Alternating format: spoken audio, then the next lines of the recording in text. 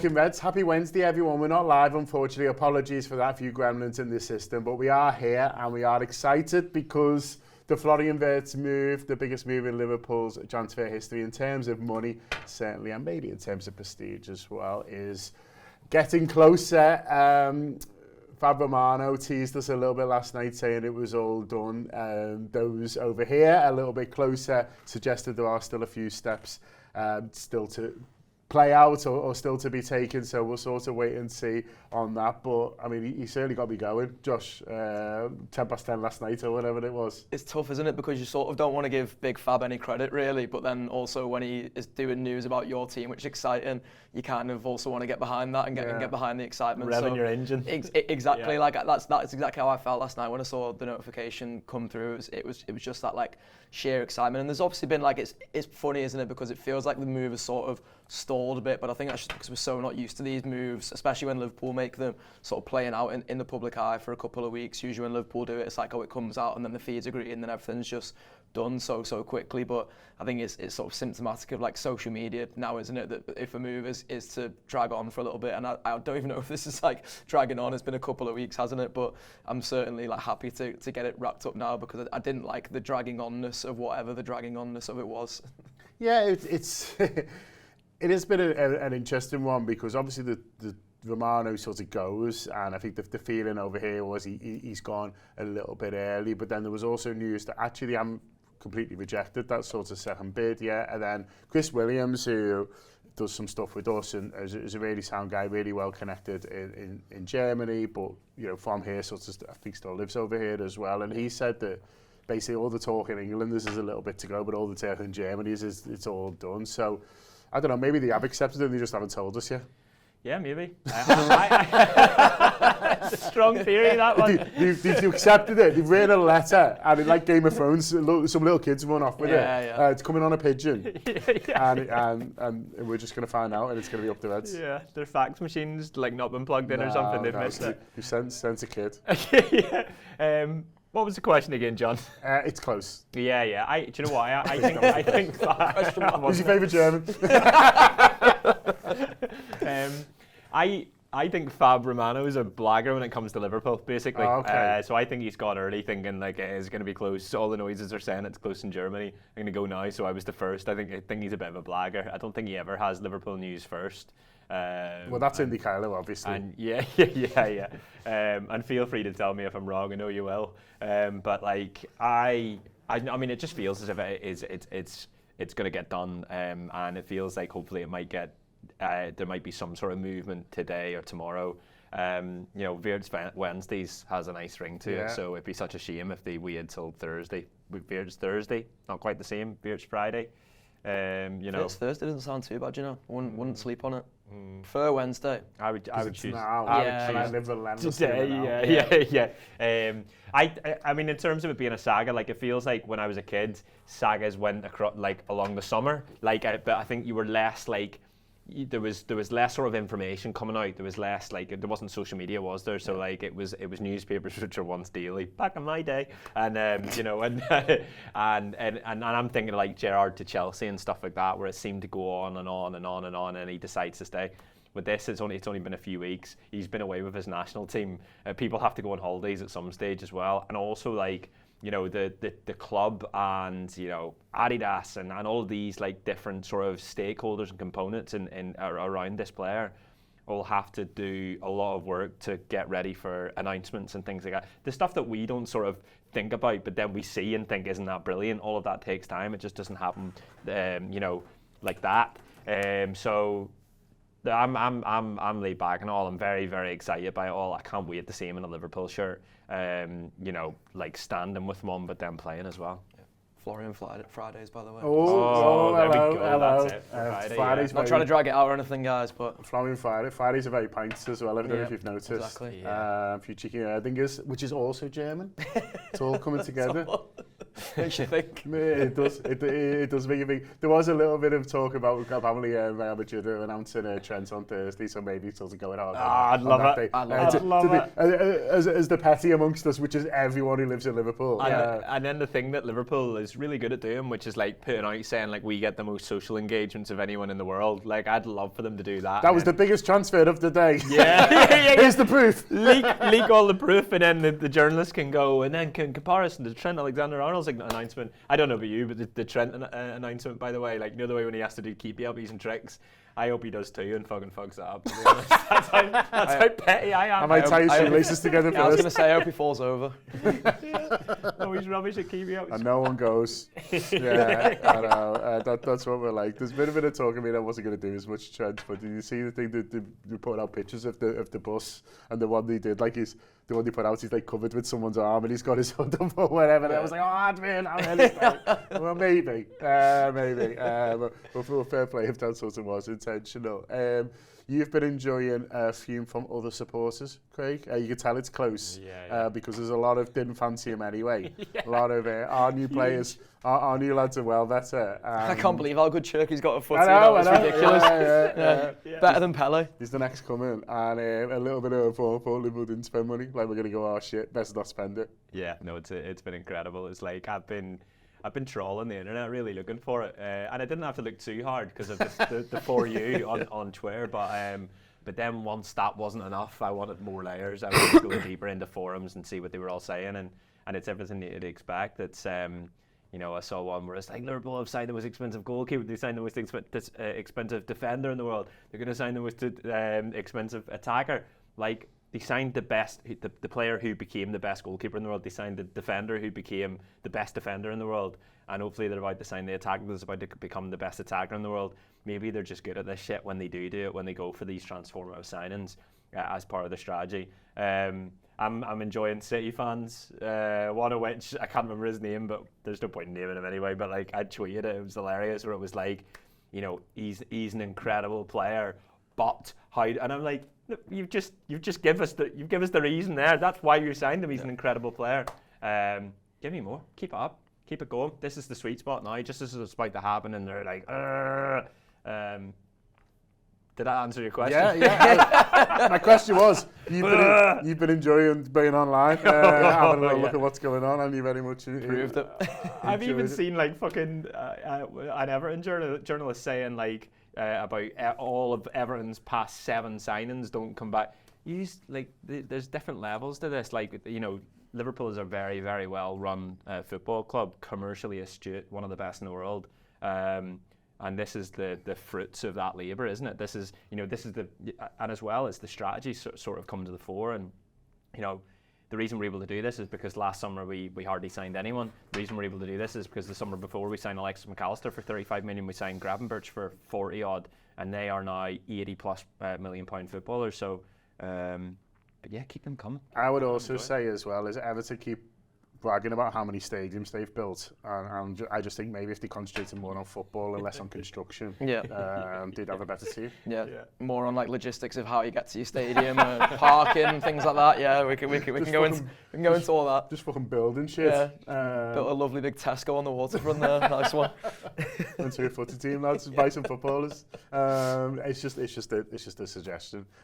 Feel free to sort of go from there. Loads of great stuff on the tour app, Josh, to get people in the mood, to get myself even more in the mood. I drove in this morning listening to you, speaking to lovely German mates about lovely German footballers.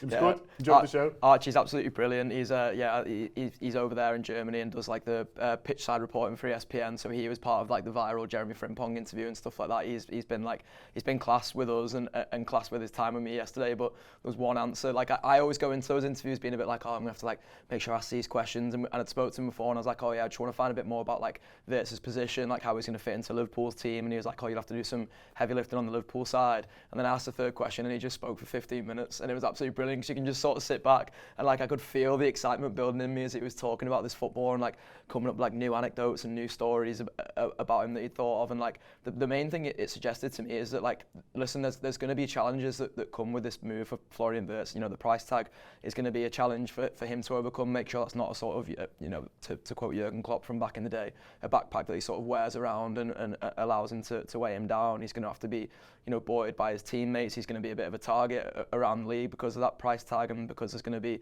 you know, lads in the Premier League who want to get stuck in and want to get in his head and things like that. And I think he's going to have to get used to all of that, especially playing in England where I think it is more intense and more fast-paced and probably, you know, a bit more physical than it is in Germany too. But he seems like he's so ready for that challenge from all the stories that Archie told yesterday, and that is the most exciting thing for me, really. He mentioned on the show as well, which I do recommend you go and subscribe and listen to. But one sort of thing that I love to do is like he had a couple of bodyguards at Leverkusen, so he's going to need a couple of bodyguards. And I was like, have you met Virgil van Dijk, mate? I wouldn't want anyone else in the world by my side in bottle. Yeah, well, even Konate, the bouncers, as yeah, they call themselves in Man United on that brilliant video. Here come the bouncers. Yeah. Sort of really made me laugh. Like everything that I watch, everything I read, it just gets me more excited about him. Craig, I know I really enjoyed the interview with Archie, and not just because I'd like to go on the beer with him if you can sort that. He seems like a great fella, sort of good fun, very much our kind of person. But he was, you know, the way he sort of spoke about him, and it made me realise as well that, you know, when he was talking about the stuff with Bayern, like that would have been like the easiest move in the world for him to go to Bayern, win the league next year, you know. You'd have to move out, but it'd be an easier move. Do you know what I mean? Just get some bands. Probably wouldn't even have to do it. Get the bouncers to do it. And it would have been like the natural step, and it's what a lot of players sort of done. But I really like the fact that he's coming over here and he's accepting the challenges that come from moving to a new country and everything around that, really, because he wants to develop, and he seems to have a good humility about him from what everyone says as well, but obviously like a real good hunger to improve, and the fact that he's putting his faith in us, in Arne Slot, in Liverpool, to not just come and play, but also develop him as a player, because he is still young, so he's developed, like, I think just says a lot about him, and get to be even more excited. Yeah, I think you can point to, and look, obviously some of them are under the previous manager, but I think you can look at the number of players that come to Liverpool and instantly Liverpool takes them up a level, and playing in the Premier League takes them up a level, and I think he's someone that, look, this is based on nothing, but I would imagine he's looked at and gone, well, actually I've won the Bundesliga and I won it in, you know, what are some of the most romantic circumstances, you know, winning it with Leverkusen in the manner that they do. I think he's won the German Cup as well, didn't he? And he did that in the same season. So, you know, it's sort of like, well, you know, where am I best going that's going to give me the best opportunity to win the European Cup? I'd imagine is thinking, you know, I want to win the Premier League, so coming to Liverpool, to the Premier League champions, you know, gives him a very good chance. And I love that. I love that kind of sort of outlook. Now, further down the line, he might decide at some stage, you know, I've won this all with Liverpool and I want to go and do something else, and that might be part of all of this thinking, but that's not one for today. I'm just really excited to see how. Remember when Thiago joined, right? Thiago joins in that first game against Chelsea. Like, he could have done anything and we'd have been like, wow, you know, we were just swooned by him and we were so excited by this footballer, but it was different. The crowds weren't there. It was just a different time. It was a different kind of player. He's 29. You're not looking at him going, well, he's going to get better from now. You're looking at him going, well, this is going to be the best of him now. I think the most exciting thing with Wirtz is that, you know, we hopefully have a really sort of strong season with him. We win more. We see him, you know, elevate his game and take it up a level and be one of the best sort of attackers in the Premier League. And that's the thing, isn't it? Like, I think there's loads of people worrying about like the position and stuff. Like, just enjoy the development of a player that's at the best possible club to develop. Like, we've seen the way Arne Slot has worked on players like Gravenberch and Cody Gakpo and stuff already this season. Like, just enjoy that process taking place, because like he's going to be amazing, isn't he? And Arne Slot can make him so much better. And he can get better and better, exactly. And that's the thing, that the age profile of him just means that, like, you know, what you see now isn't going to be the best of him. You know, if his trajectory continues, that is the thing for me, and that's the most exciting bit. So, you know, we all hope for a strong season in his first season in the Premier League, but then you feel as if it should only get stronger, and as long as Liverpool continue to perform, and, you know, the people in the back continue to sort of back the team and improve it, and we see some of the young players that we've seen step up, and I include Brian Gravenberch in that, in the way they did last season. It feels as if their level can go up as well. Just dead exciting. Yeah, no, it is. Listen, and there's going to be some opportunities to hopefully see him in a Liverpool shirt coming up as well. If you haven't seen that, Liverpool have announced a few friendlies over the next few months. So I think the first friendly that they'll play will be away at Preston. Not too sure on tickets details at the moment, but hopefully a good opportunity for a few people to see Florian Wirtz in a Liverpool shirt. That will be the first time, I think, which is really exciting. I'm sure it'll be live on LFC TV as well. Then they go over to Japan and Hong Kong. The Anfield Wrap are going. These boys are going. These boys are sort of going. So really looking forward to that as well. So if you're over in Japan and Hong Kong, do come and say hello if you see us sort of knocking about. We're going to be trying to make fantastic content out there as well. So we'll be trying to speak obviously to a couple of the players in mix zone. Hopefully the club can give us a sort of an interview, but just making really good content out there. I'm really looking forward to doing the post-match reactions. We'll be going to the open training. So I always find it a really good opportunity to Craig to have a good look at the team, and we don't often get invited to things like open training and stuff like that as well. The pre-season games, seeing them in the flesh is really great, and so I'm really looking forward to understanding what the next step is of this Arne Slot team, not just with the new players, but also he'll have ideas that maybe he couldn't implement last summer because he didn't have the full squad, but he has got the full squad this time. So I'm really looking forward to getting out to Japan and Hong Kong and really having a good look at, okay, well, how does he see next year's team? Because I reckon he's already thinking about, in fact, he was probably thinking about it the back end of last season. What's next? How does this Liverpool team develop? And he'll know. Yeah, 100%. There'll have been things that he'll have wanted to bring in that he won't have had time because of the number of games and because of the fixture lists. That, with this summer feels like the perfect opportunity. Last summer he comes in and he obviously doesn't have a number of his sort of mainstay players, his key players from the leadership team. He had Salah from the beginning, and I think that was important. But this season, from the off, he's got everyone.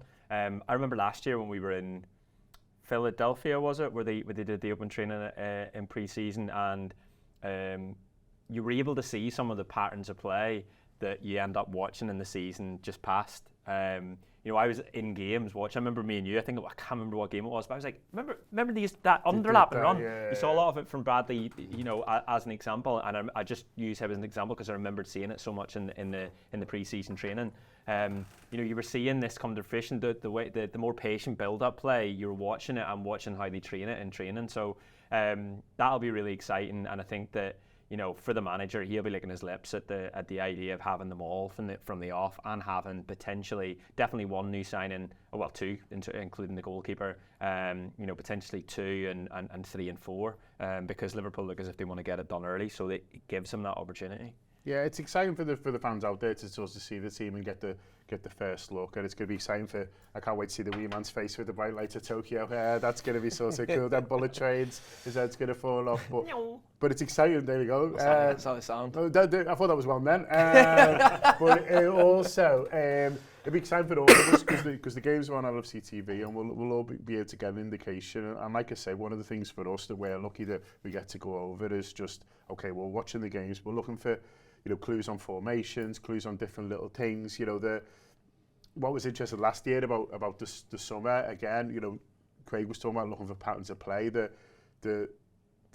Always the double 8, the double attacking midfielder and not playing the centre mid forward. He tried that in the summer. Then we didn't actually see it until January, February when we played Villa and Manchester City, and he picked that team. And I was like, he looked at that all the way back in the summer and had it almost in his back pocket. And so you are looking for clues, for the whole summer really, in terms of how he's going to play different formations that you might not even see straight away, but you will maybe see later in the season. Yeah, and I'd be so interested to see Wirtz in that kind of system in particular, and see how that sort of looks and works in pre-season. It's always a chance, isn't it, for the manager to try a couple of things, and I think Craig's right to mention that he probably didn't get to try quite as much last summer because he probably didn't want to try too much in the start. I think he's been at pains to say this season, hasn't he, that not much has changed from Jurgen really. I think he wants to give Jurgen a bit of credit in that sense, but also sort of a nod to the continuity that there has been since Jurgen left the club, and maybe a couple of players coming back late and stuff like that meant they couldn't try as much. I expect him to try a lot more this summer now, to take a couple more risks in those pre-season friendlies, because you always can, because ultimately the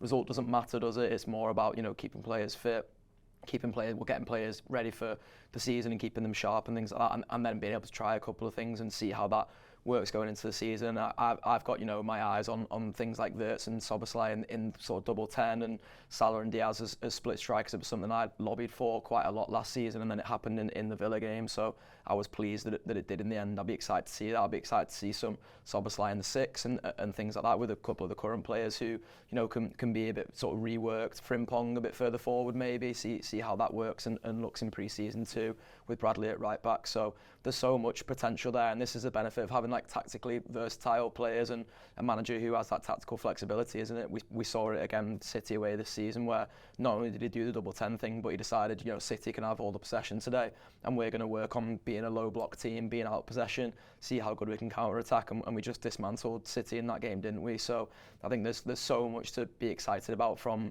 what you're going to see in pre-season, particularly in those sort of Japan friendlies, because obviously the fans out in Asia will be able to see those players up close and personal and see all the big superstars, and that to me is so exciting that we're going to get to go out and experience the players, if that makes sense, sort of almost like a goggle box type thing of like watching the fans, watching the players, and seeing them all having a brilliant time, hopefully. Well, it's interesting with Slot, because obviously it's about evolving, isn't it? And it's about this team not standing still and not being too predictable. And I think one of the things that when you hear Salah talk to Neville in that interview recently, he talked about this idea that it isn't just what it was with Jurgen, where it was like, plan B's to do plan A better. It was this idea of having different options and different ways to beat teams based on what is needed in that particular game. I would love to know from Slot whether, when he was doing that in pre-season, whether it was with the idea of having it further down the line, that he knew maybe in training it would take quite a bit of time to implement and be strong at, but then he also knew that he would need something quite different further into the season as teams start to work out, they watch the videos and they see how to sort of counter Liverpool or counter some of Liverpool's sort of strategies. I'd love to sort of understand if that's been the case. I'm interested to see what he has up his sleeve next. I think last season, Gravenberch has such a good sort of first 4 or 5 months, and then teams sort of work out, right, we need to try and nullify him because he's been so key to how Liverpool have been playing. Well, if they work out something for Gravenberch, then they now need to work out something for Wirtz. And if they work out something for Wirtz, they need to think of Salah, because he's the one that scores all the goals and gets all the assists. Yeah. And if they start to do that, they're running out of footballers here. And so that's the exciting thing for me. It's the options. It's the fact that us as fans, we're all debating as to what Liverpool are going to look like tactically and as a formation. And Slot's probably thinking, actually, I've got different ones up my sleeve. Yeah, and they're all Slot footballers now as well, aren't they? Like you think back to that pre-season lads who perform well. Think about Harvey Elliott and players like that, and it's been pretty clear from what we've seen of his lack of minutes this season, really, that Slot doesn't necessarily see him as an honest Slot footballer. Whereas now he's going to have all those lads that he's bought, the lads he's been able to develop with throughout the season, who are going to be very much a part of his plans going into next season as well. And I'm so excited to see the way he sort of tweaks things with a couple of the current lads and the new lads coming in. Yeah, it's going to be a really interesting time, and listen, we'll be lucky enough to be out there in Japan and Hong Kong watching, hopefully go to some of the other pre-season games as well and be able to cover them from a media point of view and get closer, be speaking to people and just seeing what the next stage of this Arne Slot project looks like. So fantastic time to subscribe to the Anfield Wrap, we think, throughout June. We'll be covering all the transfer stuff, doing many more of these specials like the one we were talking about with Archie, with Josh before, where we're really trying to find out more about these players that Liverpool are being linked with and signing and things like that. So we cover those as best as we can, speaking to people who've watched them a lot more than us and just finding out about a little bit more about them. And obviously you'll have all the excitement of our reaction shows when they do get over the line as well. So there'll be sophisticated stuff and me with me top off, don't worry. You'll be sort of getting both. You're a man who can do both. Exactly, yeah, throughout the Anfield Wrap. So great time to subscribe. And then once these pre-season games start, like I said, we'll be there. We'll be there on the ground. We'll be there watching. We'll be there experiencing them as supporters, but also looking for clues in terms of what's going on as well. So loads of great content coming from us throughout the summer. So if you haven't subscribed yet, there's loads of ways you can do it. You can download the app and get stuck in for the audio and video, or if you're watching this on YouTube and that is your preferred method, you can subscribe to just the video on YouTube as well. That is possible, available to for you. I do want to give a shout out as well to an event that's happening in Reds on Sunday. Gary McAllister, who I've been lucky enough to interview, did him last year in America actually as well. Brilliant fella. He's got some absolutely fantastic stories, and he's going to be at Reds Bar this Sunday. It is Father's Day, and so if that is news to you and you're in the UK and you're like, shit, I need to get my dad something, get him a ticket for Gary McAllister and Reds. I think it's 25 quid, but that includes some food and just enjoying Gary as well. They've got a really good afternoon planned for that. So that is at Reds Bar. You'll be able to find them on social media. If you can't, just message me and I'll put you in the right direction. Any other business? Anything else? It was good, wasn't it? Yeah. Evaluation at the end. But you're the judge. Let us know in the comments. You always do. You fucking cranks. Up the Reds.